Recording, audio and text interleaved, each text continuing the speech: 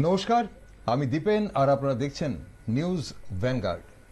বিকশিত ত্রিপুরা গড়ার লক্ষ্যে কি ভূমিকা পালন করছে রাজ্য সরকার অধিকৃত সংস্থা টিআরটিসি? এই প্রশ্ন এখন অনেকের মনে। প্রায় অস্তিত্বহীন এই সংস্থার কর্মী সংখ্যা 2015 সালে ছিল প্রায় 1300, যা বর্তমানে 120-তে এসে দাঁড়িয়েছে বলে জানা যায়। আগামী 2-3 বছরে যার মধ্যে আরো 30-35 জন কর্মী অবসরে যাবেন বলে খবর। 2015 সালের পর সংস্থায় কোনো কর্মী নিয়োগ হয়নি বলে অভিযোগ।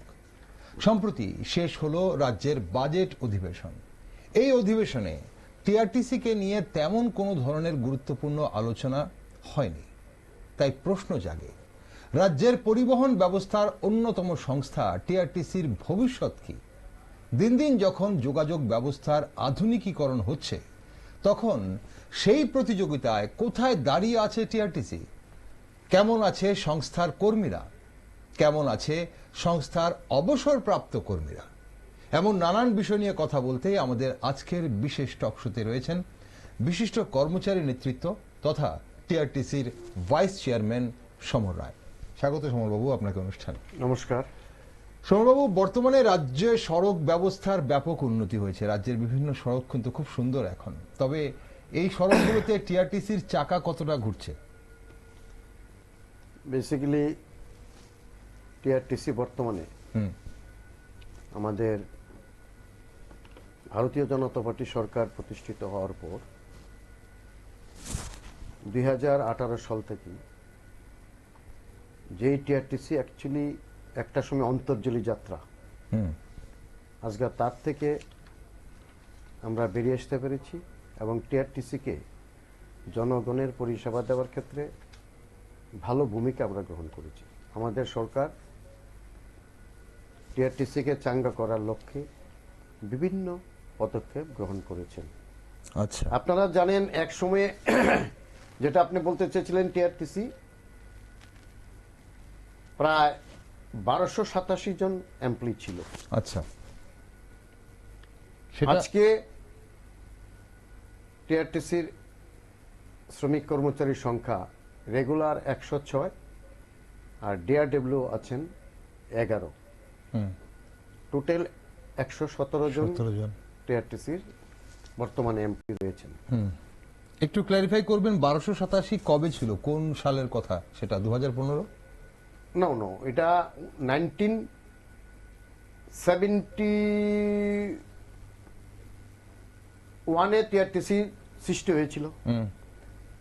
তার মধ্যে আপনারা জানেন ওই সময়ে টিআরটিসিতে হয়তো 300-350 এমপ্লয়ি ছিল।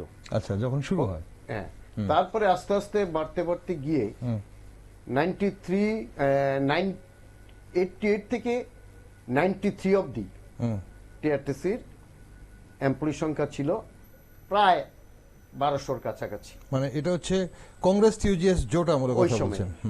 তারপরে বামফ্রন্টের পিরিয়ডে সেটা কমা শুরু করলো।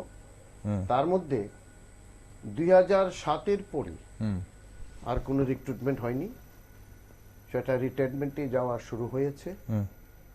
তারপরে একটা সময়ে 2009-10 থেকেই সেটা অনেকটা প্রায় সংকুচিত হয়ে যাচ্ছিল। আচ্ছা, এবং সেখানে টিআরটিসির এমপ্লয়ি সংখ্যা কমতে শুরু করেছিল। কোনো বড় রকমের কোনো রিক্রুটমেন্ট হয়নি। আচ্ছা, 2007-এর পরে আর রিক্রুটমেন্ট নেই। 2013-তে আমরা লক্ষ্য করেছি 11, 12, 13 এই যে সালগুলা খুব বাজে অবস্থায় ছিল। আচ্ছা, তারপরে সেখানে বিরাট বিরাট মুভমেন্ট হয়েছে, আপনারা জানেন, অনেক অনেক আন্দোলনও হয়েছে, যেখানে টিআরটিসিতে কোনো রকম অধিকারই ছিল না, রিক্রুটমেন্ট রুল ছিল না।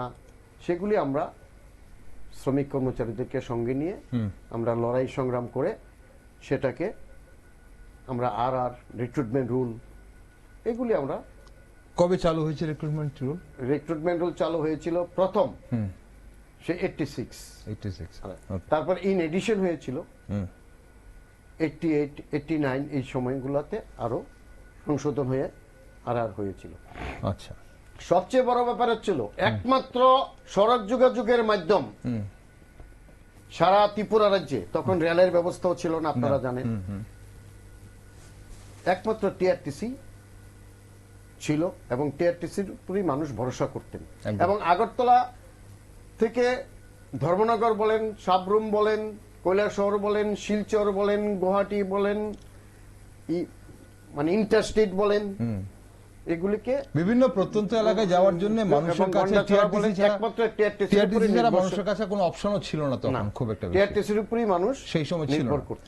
ঠিক। এবং সেই পরিবহন ব্যবস্থাকে আস্তে আস্তে এই বামফ্রন্টের 25 বছর, বিশেষ করে শেষ 10 বছর, এটাকে একেবারে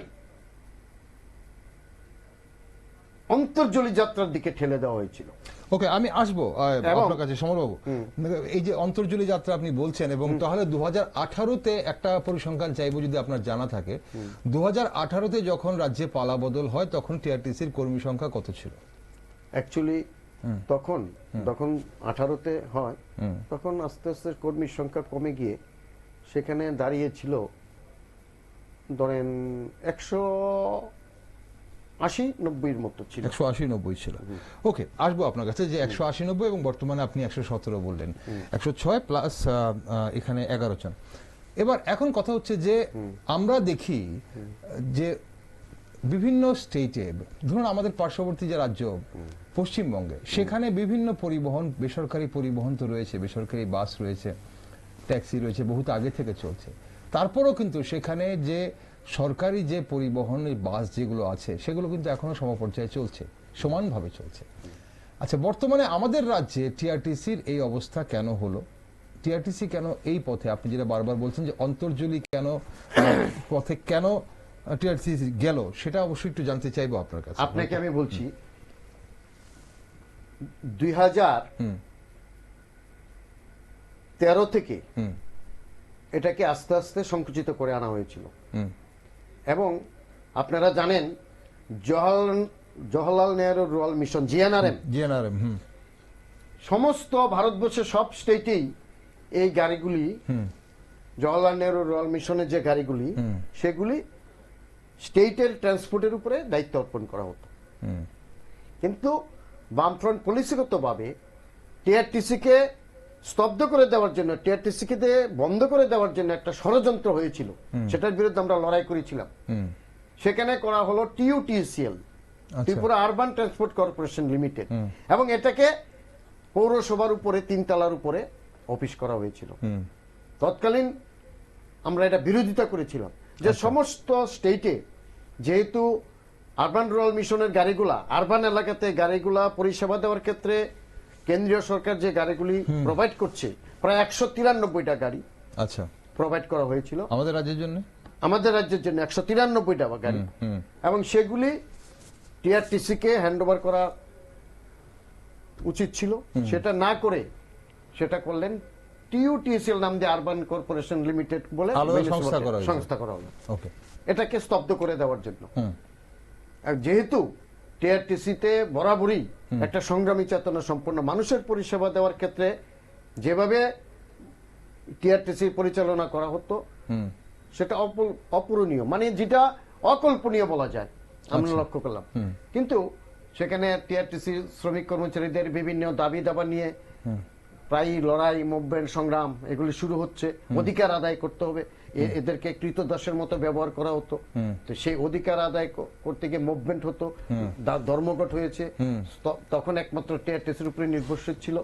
এরপরে এটাকে স্তব্ধ করে দেওয়ার জন্য, আস্তে আস্তে টিআরটিসিকে যাতে বন্ধ করে দেওয়া যায়, তার জন্য ওই বামফ্রন্ট সরকার একটা ষড়যন্ত্র করে টিইউটিসিএল নাম দিয়ে একটা সংস্থা, ওই জওহরলাল নেহরু মিশনের গাড়িগুলিকে ব্যবহার করলো। এরপরে মিউনিসিপ্যালিটিতে অফিস করলো। তারপরে দেখা গেল যে আস্তে আস্তে টিআরটিসিতে রিক্রুটমেন্ট হচ্ছে না, নতুন গাড়ি ক্রয় করা হচ্ছে না, একটা বিভীষিকাময় অবস্থা। আপনি বলছেন বামফ্রন্ট আমলের ষড়যন্ত্র হয়েছিল টিআরটিসিকে বন্ধ করে দেওয়ার জন্য, এবং সেটাকে কোনোভাবে নতুন কোনো নিয়োগ না দিয়ে, কোনো সুযোগ সুবিধা না দিয়ে সেটাকে অন্তর্জলির পথে নিয়ে যাওয়া হয়েছিল। ওকে, তারপর তাহলে 2018-র পর কি কি চেঞ্জেস এলো 2018 আচ্ছা, পর রাজ্যে এবার আমি- পালাবদল হওয়ার পর? হ্যাঁ। মানে কি কি আপনি তখন তো আপনি বললেন 180 জনের কাছাকাছি ছিল হয়তো হ্যাঁ, ওই সময়, খুব তাহলে আস্তে সেটা আস্তে কমতে এখন শুরু কর্মী নিয়োগ তো তখন থেকেও হয়নি, এই 7 বছরেও টিআরটিসি কর্মী নিয়োগ হয়েছে কি? না ওকে, কর্মী নিয়োগ না হয়নি। কর্মী নিয়োগ হয়নি, তবে আমাদের কি কি পরিবর্তন এসেছে যেহেতু সেটা? এটাকে তারা বন্ধ করে দেবে একটা ষড়যন্ত্র হচ্ছিল, যেটা আমি বলতে চেয়েছিলাম। আমাদের ভারতের জনতা পার্টি সরকার আসার পর টিআরটিসি কে চাঙ্গা করার লক্ষ্যে তখন একমাত্র শুনলে অবাক হবেন, 15 থেকে 17 পর্যন্ত টিআরটিসির হাতের গোনা 8-10টা গাড়ি যাতায়াত করতো। আচ্ছা। হাতের গোনা, আমি আমার কাছে রেকর্ড নিয়ে এসেছি। এবং সেই সময়ে আস্তে আস্তে তাদের একটা ষড়যন্ত্র হচ্ছে ওই টিউটিসিলকে চাঙ্গা করবে। এবং এই যে টিউটিসিলের গাড়িগুলা 193টা গাড়ি পরিষেবা দেওয়ার জন্য আরবান ট্রান্সপোর্ট কর্পোরেশন লিমিটেড খোলা হলো, এবং সেখানে ওই সিআই2 নামক যে সংগঠনটা ছিল তাদের শ্রমিকদেরকে সেখান থেকে বিভিন্ন মোটর স্ট্যান্ডগুলি থেকে গাড়িগুলি ব্যবহার করা হতো, এবং তাদের শ্রমিকদেরকে এই গাড়িগুলি 500 টাকা দেবে ডেলি, 200 টাকা দেবে ডেলি, এই করে করে বিভিন্ন মোটর স্ট্যান্ডে এই গাড়িগুলিকে তারা ডিস্ট্রিবিউট করে দেওয়া হলো। আচ্ছা। অপূর্ব কি করলো, সেখানে দেখা গেল যে আপনার বুদ্ধ মন্দির স্ট্যান্ড, রাধানগর স্ট্যান্ড যেটাকে বলে, নাগেরজলা স্ট্যান্ড, আইএসবিডি স্ট্যান্ড, এই সমস্ত স্ট্যান্ডগুলিতে গাড়িগুলি পরিষেবা দিবে, এবং সিআই2 শ্রমিকদেরকে টেন্ডার কিছুই নেই, তারা নামে বলল যে তোমরা পিপিপি মডেল। না, কিন্তু এই গাড়িগুলো এসেছিল কিসের জন্য? আরবান এলাকাতে পরিষেবা দেওয়ার জন্য। হ্যাঁ। তাহলে কার মাধ্যমে দেবে? ট্রান্সপোর্ট ব্যবস্থার মাধ্যমে দেবে, কিন্তু পরিবহন সেটা দপ্তর না দেবে। করে আমি যে বললাম টিউটিসিল নাম দিয়ে একটা তাদেরকে সংস্থা দেওয়া করলো, হয়েছে। তারা কি করলো, ওই ম্যানেজমেন্ট তখন কি করলো, ওই যে তাদের যে সিআই2 যে সংগঠনগুলি রয়েছে, শ্রমিক সংগঠনগুলি, তাদের শ্রমিকদেরকে বেছে বেছে এই গাড়িগুলি দেওয়া হলো, পার ডে তুমি 500 টাকা দেবে, কেউ 300 টাকা দেবে, ওকে, এইভাবে গাড়িগুলি দেওয়া হলো। না ঠিক আছে, তারপরে এটা তো শুনেন, ওখানে গেল। টিআরটিসির কি হলো তাহলে? টিআরটিসির তো কিছুই হইল না, ওই টিআরটিসি কে যাতে স্তব্ধ করা যায় ওইটাকে করলো। মানে বলছেন ওই গাড়িগুলো পরিষেবা দিচ্ছিল, তার জন্য মানুষ টিআরটিসি কে আস্তে আস্তে ব্যবহার করা কম করে দিল। হ্যাঁ, তারপরে কি হচ্ছে শুনেন, হিস্ট্রিটা আমি বলছি, আপনি শুনেন। তারপরে যখন আমাদের এই যে ভারতীয় জনতা পার্টি সরকার প্রতিষ্ঠিত হলো 18তে, তখন যখন দেখলো যে প্রকৃতপক্ষে এটাকে স্তব্ধ করে দেবে, এটা হতে পারে না, টিআরটিসি কে জনগণের স্বার্থে চাঙ্গা রাখতে হবে, তখন আমরা সরকার আসার পর এই টিউটিসিএল গাড়িগুলি যারা নিয়েছিল তাদের আর পাত্তা পাওয়া যাচ্ছে না, এবং এই গাড়িগুলির আমরা বিভিন্ন খান থেকে সেই গাড়িগুলি কোনোটা চম্পকনগর জঙ্গলে, কোনোটা ওই সিমনা মোহনপুর ওইসব জঙ্গলে, কোনোটা জিরানিয়া, কোন ওই আরো ভিতরে ভিতরে এই গাড়িগুলি ঢুকিয়ে রেখে দিল। এই গাড়িগুলিকে আস্তে আস্তে আমরা রিকভারি করলাম, ঠিক করে সেই গাড়িগুলি এনে আবার আমরা সেগুলি চালু করার ব্যবস্থা করলাম।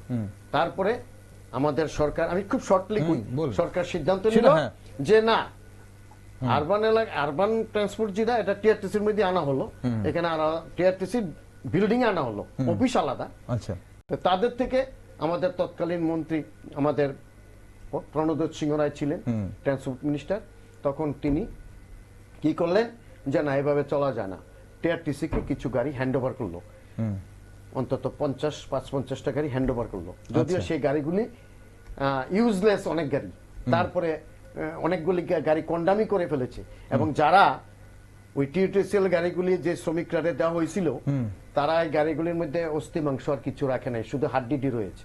আচ্ছা, সেগুলি আমরা জঙ্গল থেকে টেনে এনে এই গাড়িগুলিকে সারাই করে কিছু কিছু গাড়ি রুটে চালু করা হলো। মানে পরিত্যক্ত গাড়িগুলোকে আপনার এনে মানে সেগুলোকে টিআরটিসি তে দেওয়া হয়েছিল 50টা গাড়ি, 50টা মতো গাড়ি, যেগুলোর মধ্যে 50টা চালু অবস্থায় ছিল না, কিছু হয়তো চালু অবস্থায় আপনারা নিয়ে আসতে পেরেছিলেন। ওকে, তার মধ্যে আপনি আগে একটি অনুষ্ঠানে আমাকে বলে গেছিলেন যে প্রায় 8 তখন সেটা 9টা সার্ভিস গাড়ি বোধহয় ছিল, সেখানে 9টা গাড়ি চলতো, তারপরে আপনারা সেখানে 18টা গাড়ি চালু করা শুরু করেছিলেন। ওকে, এরপর বলুন।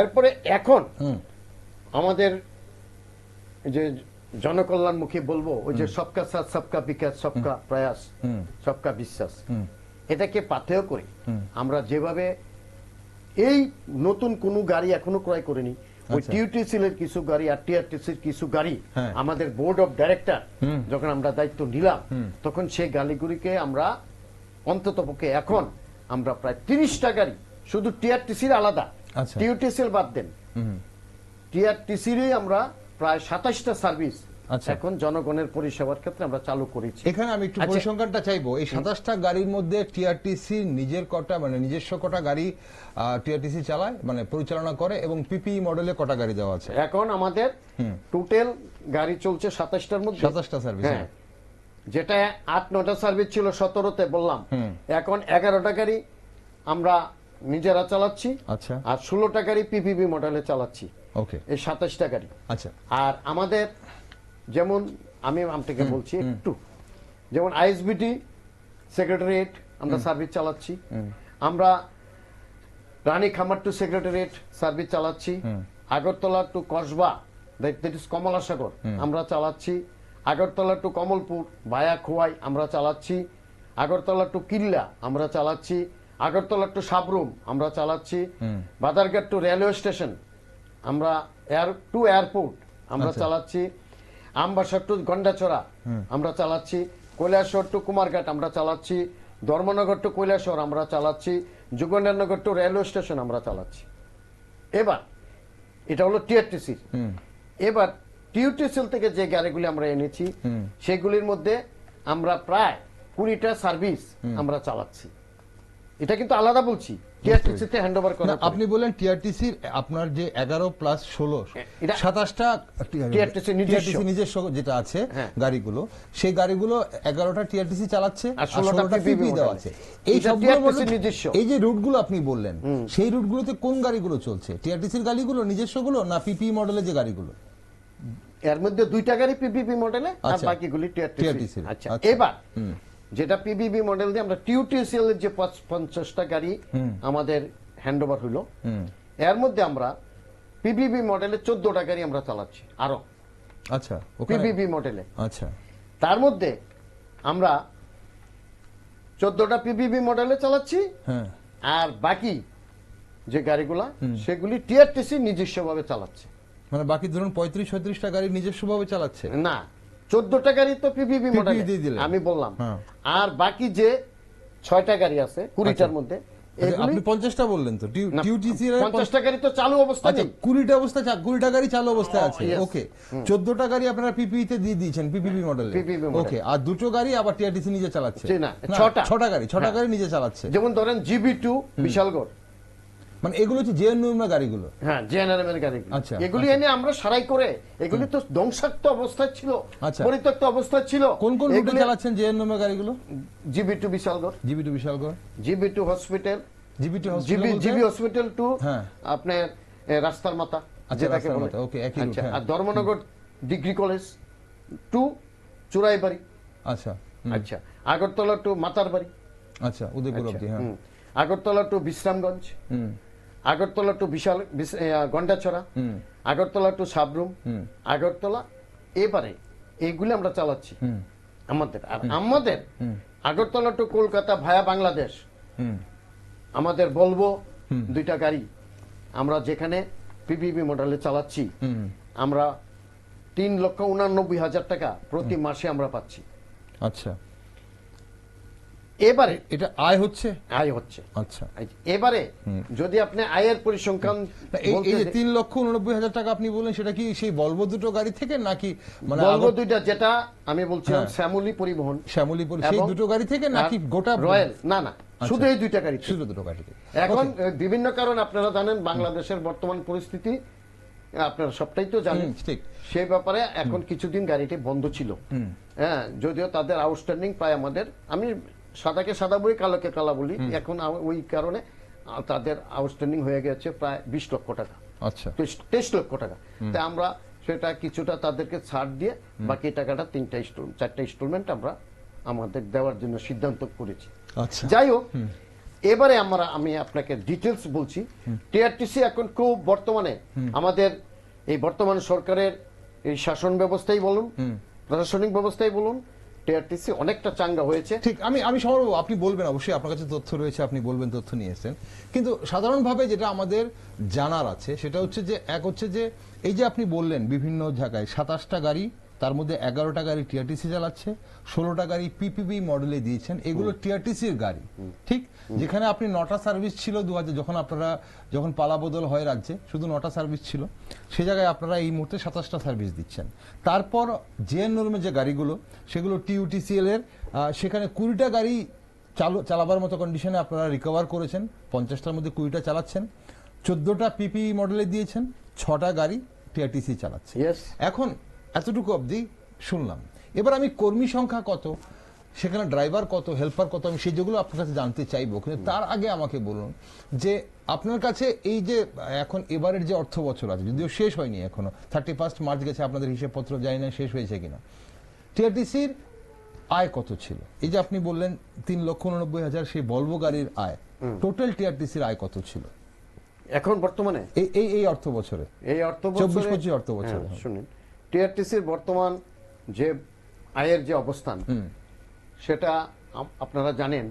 আমরা আমাদের সরকার আসার পর আমাদের এটাকে সুস্থ অবস্থায় ফিরিয়ে আনতে গেলে যে যে পলিসিগুলি নেওয়া হয়েছিল সেগুলি আপনার কাছে তুলে ধরতে চাই। এবং কেউ শুনেন সেরকম কনসেন্ট্রেশন সেরকম দেয়নি বলে আজকে টিআরটিসি ধ্বংসাত্মক দিকে যাচ্ছিল।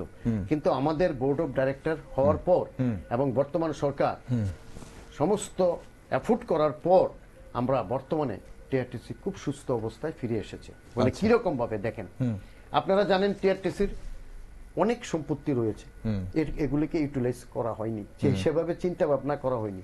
সেগুলি সেদিকে চিন্তা করে আমাদের সরকার সিদ্ধান্ত নিয়েছে যে আমরা, সত্য কথা কি আপনি জানেন, বরজলা টিআরটিসি সেন্ট্রাল ওয়ার্কশপ, তারপরে বটতলা কত বড় স্ট্যান্ড, টিআরটিসি সেন্টার, টিটিও কুঞ্জবন কত বড়, এবং সারা ত্রিপুরা রাজ্যে প্রচুর জায়গা টিআরটিসি ছিল। এবং সেটা নিয়েও তো অভিযোগ রয়েছে যে টিআরটিসি জায়গাগুলো বেদখল হয়ে যাচ্ছে বা বিক্রি করে না, দেওয়া হচ্ছে। কিন্তু এগুলি আমরা রিকভারি করতে পেরেছি। আচ্ছা, এবং যেগুলি বেদখল হয়ে গেছে, কিছু কিছু সরকার এত সুন্দর সিদ্ধান্ত গ্রহণ করেছিল যে স্ট্যান্ডগুলা,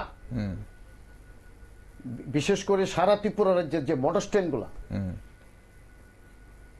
সরকার একটা ঐতিহাসিক সিদ্ধান্ত নিলেন, বললেন এই স্ট্যান্ডগুলা টিআরটিসি পরিচালনা করবে।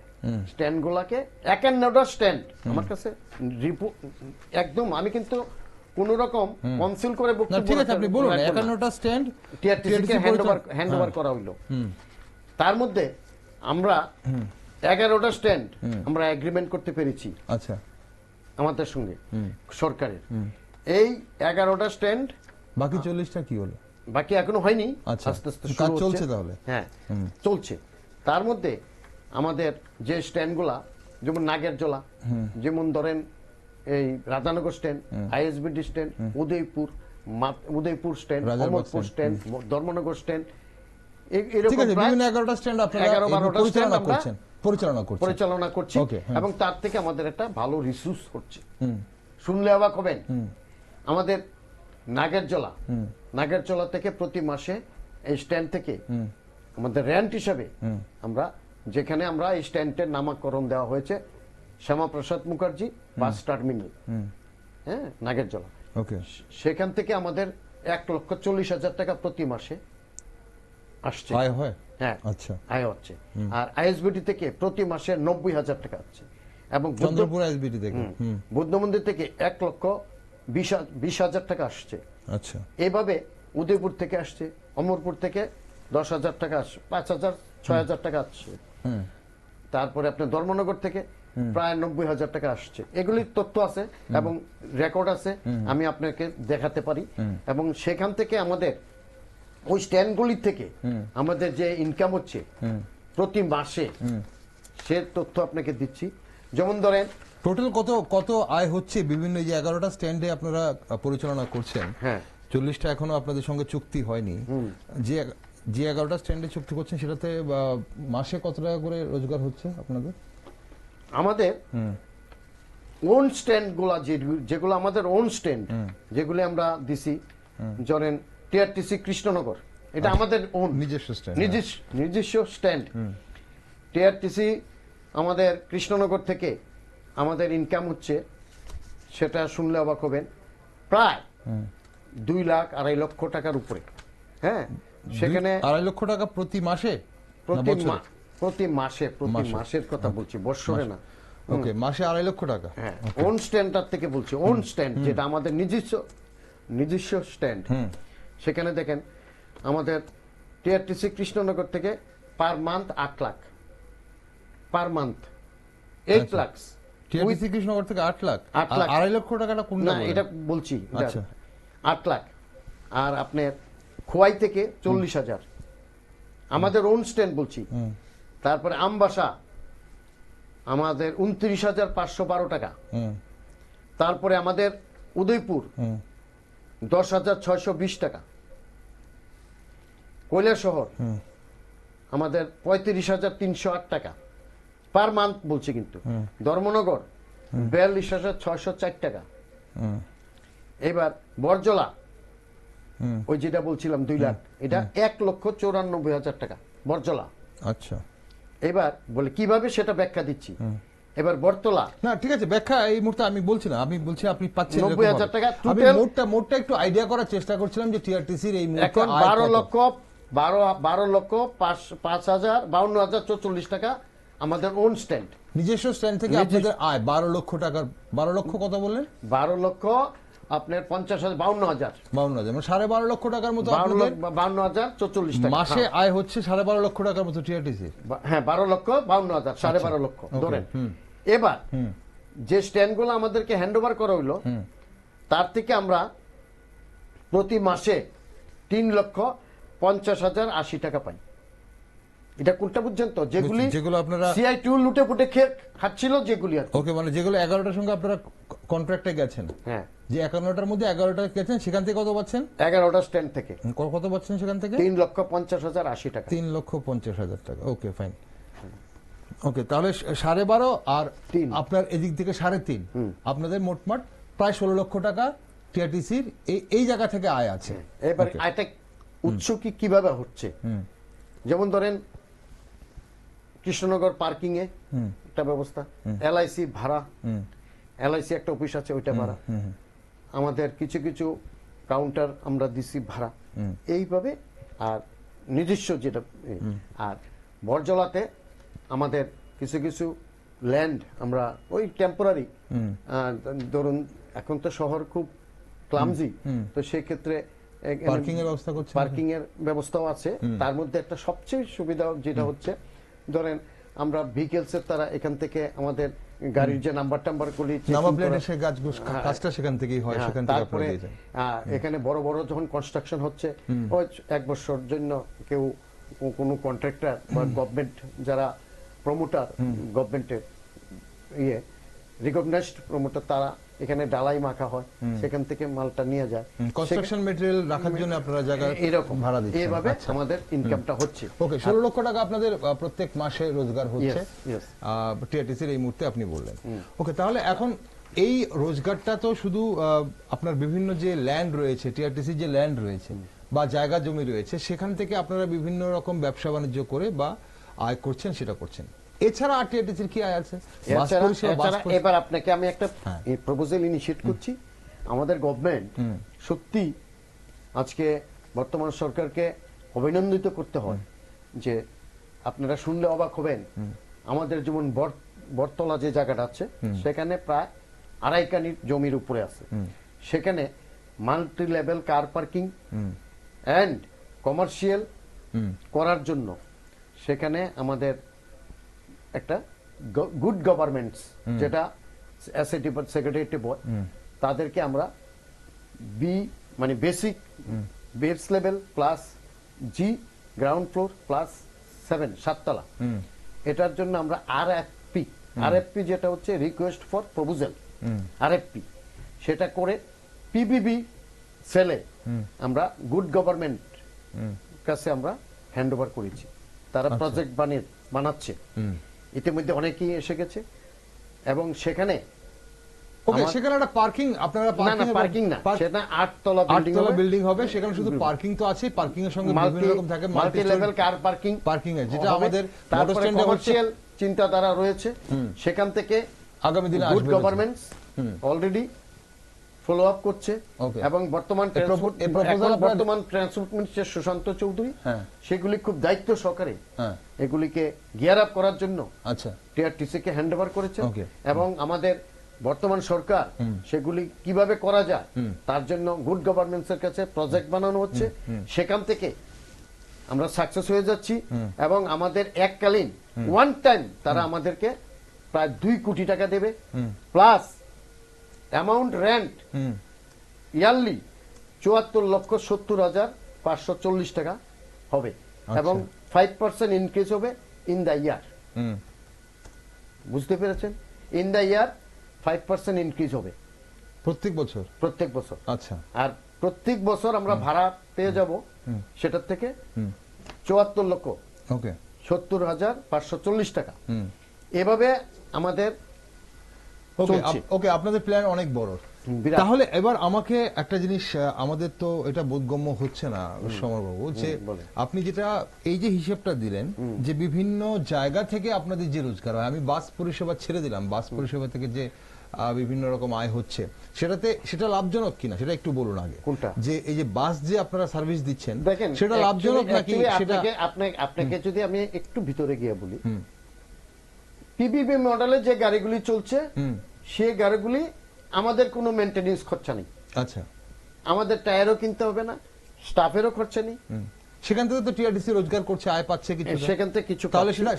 সেটা গেইন, সেটা প্লাস হচ্ছে। এটা প্লাস। আর Okay. আমরা যেটা পরিষেবা দিচ্ছি সেটা অনেক ক্ষেত্রে লাভে লসে চলছে, লাভে লসে মিলিয়ে চলছে। ওকে, আমি ছেড়ে দিলাম। যে গাড়িগুলি চলছে বলে বুঝতে পারছেন, গাড়ি তো আর নতুন করে কিনা হয়নি, পুরনো গাড়ি, ঠিক। তার বয়স হয়ে গেছে। আপনি জানেন অ্যাজ পার ভিকেল 15 ইয়ার্স এর পরে কোনো গাড়ি আর রুটে চলতে পারে না।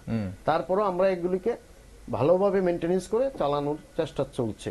আচ্ছা। তবে তার মধ্যে দিয়ে এখন আমরা যে গাড়িগুলি চালাচ্ছি কোনো কোনো ক্ষেত্রে মানে 15 বছরের বেশি গাড়িও তো চলছে তার রাস্তায়, তাহলে না মানে খুব একটা নয়, তো তাও বলা যাইতে পারে কিছু কিছু গাড়ি আমরা ওই দোয়া পরীক্ষা কেন্দ্র আছে না, সেগুলো পাস করিয়ে আপনারা চালাচ্ছেন। আমরা চালাচ্ছি। ওকে, তাহলে এখানে একটা জিনিস জানার আছে, যে আপনি যেটা বললেন সেই অঙ্কে আমরা যদি দেখি, তাহলে প্রায় 2 কোটি টাকা রোজগার আপনাদের এখান থেকেই আছে।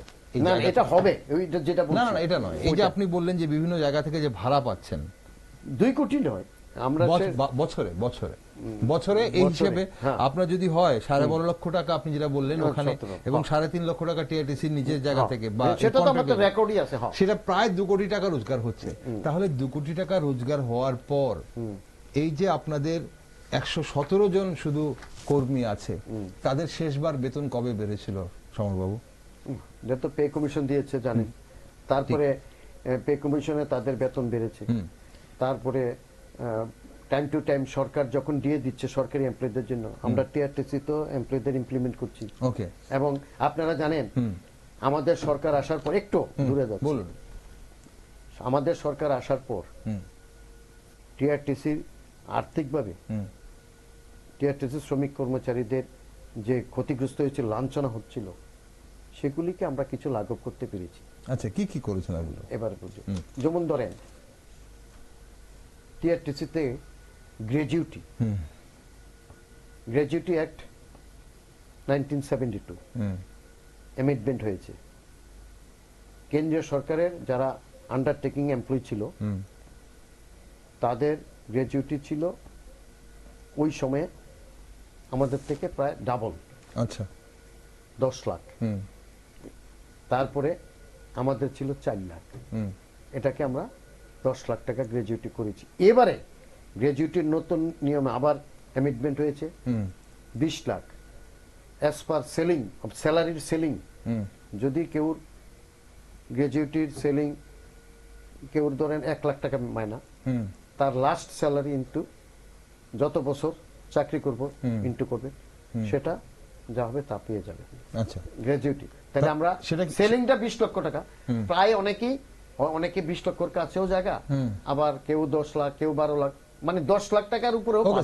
সিলিং 20 লাখ টাকা আপনি এখন কিন্তু কিন্তু সেটা পাচ্ছে তো এখন পাচ্ছে এখন পাচ্ছে তো এবং গ্র্যাচুইটি তা নিয়ে কোনো সমস্যা আছে? গ্র্যাচুইটি নিয়ে কোনো অভিযোগ আছে কি আপনি বলুন, কারণ আপনি এখন আমি মানে একদম আপনাকে যেটা বলতে চাই, গ্র্যাচুইটি যেদিন সে চাকরি থেকে রিটায়ারমেন্টে যায় তার 7 দিনের মধ্যে গ্র্যাচুইটি আমি পেমেন্ট করে দিচ্ছি, আমাদের গভর্নমেন্ট পেমেন্ট করে দিচ্ছে, এবং এই টাকাটা 10 লাখ টাকা অবধি আমরা নিজেরা পেমেন্ট করছি, টিআরটিসির এই ইনকাম থেকে পেমেন্ট করছি। আচ্ছা, এখন তো বুঝতে পারছেন কই 1200 এমপ্লয়ি ছিল, 117 জন আছে, তাহলে কত কোটি টাকা গ্র্যাচুইটি যায় এবার হিসাব করে। ওকে, তাহলে আমরা গ্র্যাচুইটি কেউ বলতে পারবে না যে গ্র্যাচুইটি আমরা তাদেরকে 1 মাস ঘুরিয়ে নিতে হচ্ছে, কিন্তু আগে বছরের বছর জুতো ক্ষয় হয়ে যেত, গ্র্যাচুইটি পেত না। ওকে, আপনাদের সবচেয়ে বড় যেটা ডিমান্ড ছিল লিভ স্যালারি। লিভ স্যালারির এই মুহূর্তে বর্তমান কি অবস্থা? লিভ স্যালারি আমরা অলরেডি আপনি জানেন আমরা 2015 জুলাই মাসে আমি তখন ত্রিপুরা সরকারি কর্মচারীদেরও নেতৃত্বে ছিলাম, প্লাস টিআরটিসির আন্ডারটেকিং এরও আমি নেতৃত্বে ছিলাম বর্তমানে। কিন্তু সেখানে যে লড়াই হয়েছিল গ্র্যাচুইটি, লিভ স্যালারি, এগুলির জন্য, এগুলি ইতিহাস আপনারা। বর্তমান অবস্থা কি আছে? এখন আমরা লিভ স্যালারি, যেহেতু তার এটা অর্জিত অধিকার, কেউ অর্জিত অধিকার খর্ব করা যায় না। আপনি যদি একজন শ্রমিক নেবেন, পার্মানেন্টলি তার বেতন দেবেন, তো সে যে লিভটা সঞ্চয় করবো তার পয়সা দিবেন না, তা হতে পারে না। কিন্তু অনেকে, আমরা বাম ফ্রন্টের আমলে কেসটা করা হয়েছিল, আমাদের আমলে অনেকে আবার কেস করেছে, তো as per direction of the high court বলেছে গ্র্যাচুইটি পেমেন্ট করে দাও, গ্র্যাচুইটি নয়, লিভ স্যালারি পেমেন্ট করে দাও। কিন্তু কাউকে আমরা ইচ্ছা করলে, সরকার যদি সুহৃদয় না হতেন, সহানুভূতিশীল না হতেন, সরকার যদি বঞ্চনার দিকে ঠেলে না দিয়ে, যদি বঞ্চনার দিকে ঠেলে দিতেন, যদি আজকে হাইকোর্ট ডিরেকশন দিচ্ছে কি হয়েছে আমি সুপ্রিম কোর্টে যাব, কিন্তু সরকার যায়নি। আমরা বোর্ড ডিসিশন নিয়েছি যে এটা তাদের অধিকার, তাদের প্রাপ্য। আমি যেহেতু বোর্ডের একটা মেম্বার, সেটা কি আমরা তাদের দেওয়া কি হচ্ছে? হ্যাঁ, লিভ স্যালারি দেওয়া শুরু হয়েছে। আপনি বলছেন লিভ স্যালারি দিচ্ছেন, কিন্তু অভিযোগ তো রয়েছে লিভ স্যালারি পাচ্ছেন না। এখন আমার সামনে কোন এমপ্লয়িকে জিজ্ঞেস করুন। আচ্ছা, আমরা তো এট এ টাইম দিতে পারবো না। এট এ টাইম 1000 এমপ্লয়ি গ্র্যাচুইটি দেওয়া। কতজনকে এখন অবধি কতজনকে লিভ স্যালারি দেওয়া হয়েছে? এখন পর্যন্ত আমরা 51 জনকে পেমেন্ট করেছি। আমাদের as per direction of the high court 2026 ডিসেম্বরের মধ্যে আমাদের পরিষ্কার করতে হবে। আচ্ছা, তাই আমরা যেমন ধরেন তাহলে আপনি আলটিমেটলি লাস্ট স্কেলে আমি বলছি আপনাকে, হাইকোর্টের অর্ডারে আপনারা লিভ স্যালারিটা দেওয়া শুরু করলেন তাহলে, এবং না, এর আগে আমরা দিয়ে ফেলেছিলাম 4 জনকে। শুনেন, একটা মজার ইন্টারেস্টিং ব্যাপার। হাইকোর্ট কনসিডার করার জন্য বলেছে, হাইকোর্ট কোনো ডিরেকশন দেয়নি যে দেওয়ার জন্য, এর মধ্যে দিয়েছে। আমি যখন বোর্ড অফ ডাইরেক্টর একজন ছিলাম, ওই সময় আমি ভাইস চেয়ারম্যান ছিলাম, আমি কইছি না, এটা অধিকার, এটা দিতে হবে। সেক্ষেত্রে বোর্ড সিদ্ধান্ত নিল, যেহেতু কোর্টও কইছে কনসিডার, আমি তো বামফ্রন্টের আমলেই কেস করেছিলাম 2013 সালে, 2015 সালে লাস্ট স্কেলে আমরা মানে কেস করেছিলাম। ঠিক আছে, এখন আপনি পেয়ে গেছেন, এখন যখন পাচ্ছে, যখন তাহলে 26 ডিসেম্বরের মধ্যে বাকি সবার আপনাদের ক্লিয়ার করতে হবে। আপনি বলছেন সেটা ক্লিয়ার হয়ে যাবে। ওকে, এবার একটা আমাকে কথা বলুন, যে ডায়েন হার্নিস কেসে যে ফ্যামিলি পেনশন গুলো পায়, খুব কম সংখ্যক মানুষই ফ্যামিলি পেনশনটা পায় বোধহয়, আমি যতটুকু জানি। যারা ডায়েন হার্নেসে চাকরি অবস্থায় যারা এক্সপায়ার করে, তাদের ফ্যামিলি ডায়েন হার্নেসে পেনশন পায়। টিআরটিসি তো সেখানে কোন ধরনের ডায়েন হার্নেসে তো আবার চাকরি হয় না। না, চাকরি হয় না, বামফ্রন্টের আমলে বন্ধ করে দিয়েছে। ওকে, আমি সেটাই বলছি যে এইখান থেকে তো বামফ্রন্টের আমলে ছিল একটা সময়, বন্ধ করেছে। তারা রেজলিউশন নিছে, ক্যাবিনেট ডিসিশন নিয়ে, সমস্ত পিএসইউ সেক্টরে, আপনি এটা জানেন, এখন পিএসইউ সেক্টরে ডায়েন হার্নেসে চাকরি দিবে না, না দিয়ে এককালীন, এটা শেষ হয়ে 1 লাখ টাকা না, এককালীন 1 লক্ষ টাকা, তাও এমআইএস করবে, ইন্দিরা বিকাশ পত্র, আর 94,000 টাকা আপনার এই ইন্দিরা বিকাশ পত্র কিনে দেবে। আচ্ছা, আর 5,000 টাকা ফিক্সড করে দেবে, 5,000 টাকা। এই নিয়ে আমরা অনেক আন্দোলন করেছি, যাই হোক গভর্নমেন্ট ডিসিশন নিয়ে ফেলেছে যে তাদেরকে এককালীন 1 লাখ টাকা, ডায়েন হার্নেস কেসে এককালীন 1 লাখ চাকরি দেওয়া যাবে না, এককালীন 1 লাখ টাকা দেওয়া হবে। আর যদি তার চাকরির বয়স থাকতো তাহলেও কিন্তু তাকে একটার সময় চাকরি দেওয়া হতো, আচ্ছা, এবং সেটা তারা ডিসিশন নিয়ে চাকরি না দিয়ে এককালীন 1 লক্ষ টাকা তার ফ্যামিলি। তাহলে এই যে ফ্যামিলি পেনশন ভোগীরা কারা তাহলে? আর ফ্যামিলি পেনশনটা এটা পায় ধরুন চাকরি থাকাকালীন যদি মারা যায় তার স্ত্রী বা তার ছেলে মেয়ে, তাদের পেনশনটা একটু বেশি হয়, ফ্যামিলি পেনশনটা। ওকে, ওইটা গিয়ে দেখা যায় ধরেন একটা লোকের প্রায় 8-10 হাজার টাকা হয়ে যায় ফ্যামিলি পেনশন। হ্যাঁ। ওকে, এখন প্রশ্ন হচ্ছে, অভিযোগ তো রয়েছে এরকম যে এই যে ফ্যামিলি পেনশন ভোগীরা 27 বছর ফ্যামিলি পেনশন বাড়েনি, এটা কারা? এরা কারা? এরা আমাদের এটা তো অ্যাকচুয়ালি আমাদের যেটা আমি আপনার একটু তাহলে বলছি, যেমন ধরেন আমরা মানে পিএসইউ সেক্টরে, সেক্ষেত্রে আমাদের প্রথম থেকেই কিছুটা দ্বিচারিত হয়েছে। কিছু কিছু পিএসইউতে বামফ্রন্ট সরকার গভর্নমেন্টের সরকারি কর্মচারী না পেনশন চালু করেছে, যেমন পৌরসভায় আমাদের সুধীর বাবুর সময়ে, তারপরে মধ্যশিক্ষা পর্ষদ, তারপরে আপনার সমাজ শিক্ষা কেন্দ্র সেন্ট্রাল, যেখানে আমাদের বলে লাভ নেই, যাই হোক মানে, এবং বেসরকারি স্কুল, এটা ওই সময়ে বামফ্রন্ট সরকার কিছু দ্বিচারিতা করেছে। ওকে, দ্বিচারিতা করেছেন। এখন 27 বছর মানে এনারা একই পেনশন আছে, সেখানে আপনারা কি করলেন আসার পর? না মানে এই বর্তমান সরকার আসার পর এটা কি কিছু করা যায় না? বর্তমান সরকার আসার পর যেহেতু একটা আপনি জানেন বোধহয় কিছু কিছু সিদ্ধান্ত নিয়েছেন, যারা পিএসইউ সেক্টরে রিটায়ারমেন্টে যাবে বা পেনশনে যাবে, তাদের বেলা যেহেতু ইপিএফ এ ঢুকে গেছে, ওইগুলি কিন্তু ইপিএফ এ ঢুকে নাই কিছু কিছু ক্ষেত্রে, এমপ্লয়মেন্ট প্রভিডেন্ট ফান্ড স্কিম, সেখানে ঢুকে গেলে, যেমন ধরেন স্টেট গভর্নমেন্টের গ্র্যাজুইটি তো আর 20 লাখ টাকা নাই, 10 লাখ টাকা, তারা তো 20 লাখ টাকা, আমাদের ইপিএফ এ 20 লাখ টাকা গ্র্যাজুইটি ছিল, তো স্টেট গভর্নমেন্টের তো 10 লাখ টাকা। তাই কিছু কিছু ক্ষেত্রে ডিফারেন্স বিটুইন স্টেট গভর্নমেন্ট এবং আমাদের central government employee, EPF employee, তার মধ্যে গ্র্যাজুইটি সিলিং আমাদের 20 লাখ, তাদের 10 লাখ। আর ইপিএফ এ যেহেতু আমি অপশন দিয়ে ঢুকে ফেলেছি, সেখানে তো সবার ক্ষেত্রে আর পেনশন চালু করা যাচ্ছে না। আর আগে যারা ট্রাস্ট করে টাকাটা রেখেছিল, যেমন মধ্যশিক্ষা পর্ষদ ট্রাস্টে টাকা রেখেছিল, যার ফলে ট্রাস্টটাকে মানে একদম জিপিএফ এ টার্ন ওভার করে দিচ্ছে, তাদের যে টাকাটা ছিল জমাকৃত টাকাটা, সেটা জিপিএফ এ টার্ন ওভার। তাহলে এনাদের কোনো ধরনের সুরাহা হবে না 27 বছর আগে যে টাকাটা পাচ্ছিল 27 বছর পরও? কারণ 27 বছর না কিছু কিছু যে সেন্ট্রাল গভর্নমেন্ট, আমরা তো কথা বলেছি, যেমন ধরেন আগে তো পেনশন ছিল 500 টাকা, 1000 টাকা, আস্তে আস্তে সেটা কিছু কিছু বাড়িয়েছে, কিন্তু এটা যে মাত্রা বাড়ানোর কথা সেটা হয়নি। সেটা নিয়ে মুভমেন্ট করছে কেন্দ্রীয় সরকার, আপনারা জানেন সীতারামন ফিনান্স মিনিস্টার, এখানে বহু মুভমেন্ট হচ্ছে, এবং সেখানে তারাও চিন্তা ভাবনা করছে এটাকে কি বাড়ানো যায়। পেনশনটা অন্তত আমরা বলছি এটা সামাজিক নিরাপত্তা দিতে হবে, কারণ ছেলে মেয়েদের পড়াশোনা করতে গেলে এবং বিয়ে সবটাই দিতে গেলে, আর একটা লোক 60 বছর পরে তার কোনো তেমন কর্মক্ষমতাও থাকে না, এবং সেক্ষেত্রে সরকার হয়তো চিন্তা ভাবনা করছেন, সেটা নিয়ে আন্দোলনও চলছে। কিন্তু এই পেনশনের বিষয়টা আমরা অনেক ডেপুটেশন দিয়েছিলাম ওই সময়ও, এবং দিল্লি থেকে আমরা কথা বলেছিলাম, আলটিমেটলি কোনো সুরাহা এখনো হয়নি। ওকে, মানে সেটা সুরাহা আপনারা করতে পারেননি এই মুহূর্তে এখনো।